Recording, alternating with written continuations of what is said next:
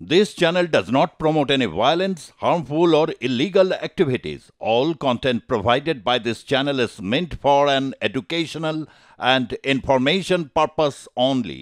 এদিকে রাজ্যপালের ভাষণের আগেই ভাষণ বিতর্ক বিধানসভায়। রাজ্যপালের ভাষণের আগেই দেখা দিল নতুন বিতর্ক।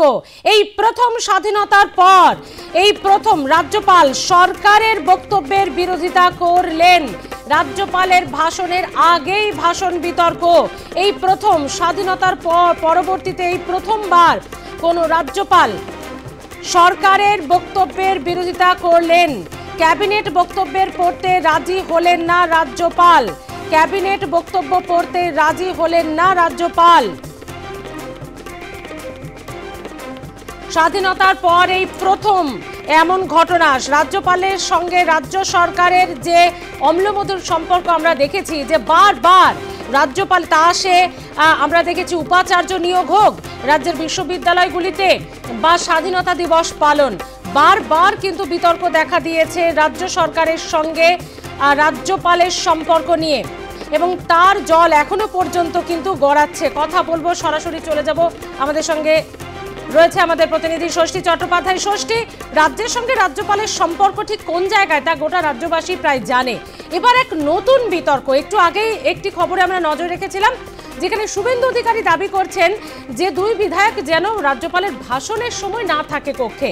সেই বিতর্ক শেষ হতে না হতে এবার রাজ্যপালের বিতর্কের ভাষণের আগেই বিতর্ক। এই বিতর্কের কারণ কি?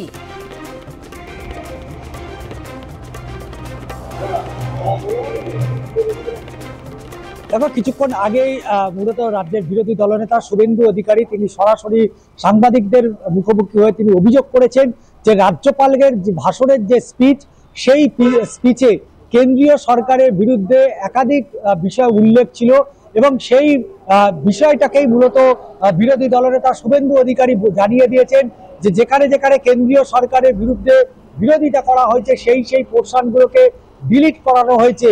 এবং এটা রাজ্য বিধানসভার ইতিহাসে এই প্রথম ঘটনা যেখানে রাজ্যের দেওয়া যে সূচি, সেই সূচিটাই মূলত পড়তেন রাজ্যের রাজ্যপাল। কিন্তু এক্ষেত্রে দেখা গেছে যে কেন্দ্রীয় সরকারের বিরুদ্ধে যে অভিযোগ এবং যেভাবে কথা উল্লেখ করা হয়েছে সেগুলো কিন্তু এই প্রথম ডিলিট করা হলো। এবং রাজ্যপালকে ইতিমধ্যেই স্বাগত জানাতে রাজ্যের বিরোধী দল এবং শাসক দল তৃণমূল কংগ্রেস তারা কিন্তু প্রস্তুত রয়েছে, এবং আর কিছুক্ষণের মধ্যেই কিন্তু রাজ্যপাল তিনি ডক্টর বি.আর. আম্বেদকরের স্ট্যাচুতে মাল্যদান করবেন, মুখ্যমন্ত্রী মমতা বন্দ্যোপাধ্যায় মাল্যদান করবেন, এবং বিধানসভার অধ্যক্ষ বিমান বন্দ্যোপাধ্যায় তিনিও কিন্তু মাল্যদান করবেন।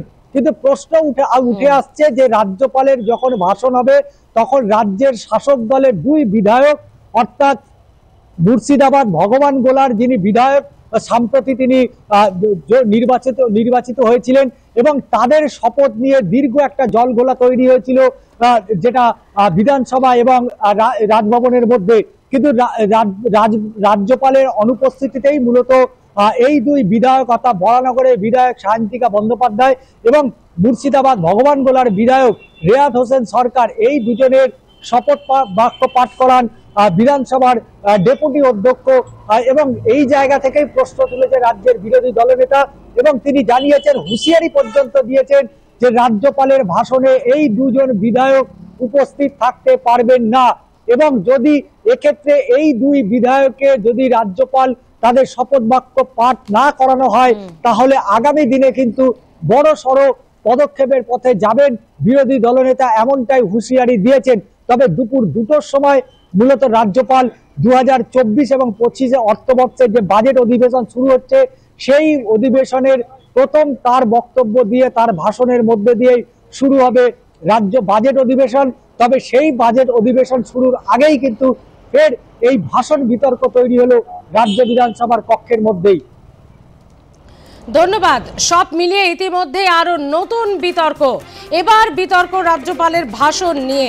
স্বাধীনতা পরবর্তী সময়ে প্রথম রাজ্যপাল সরকারের বক্তব্যের বিরোধিতা করলেন এবং বেশ কিছু জায়গা ডিলিট করে তিনি ভাষণের কথা জানালেন। যেই জায়গাগুলোতে কেন্দ্রের বিরুদ্ধে বিভিন্ন কথা লেখা ছিল, যে লাইনগুলিতে এমনই বলা হয়েছে শুভেন্দু অধিকারীর তরফে।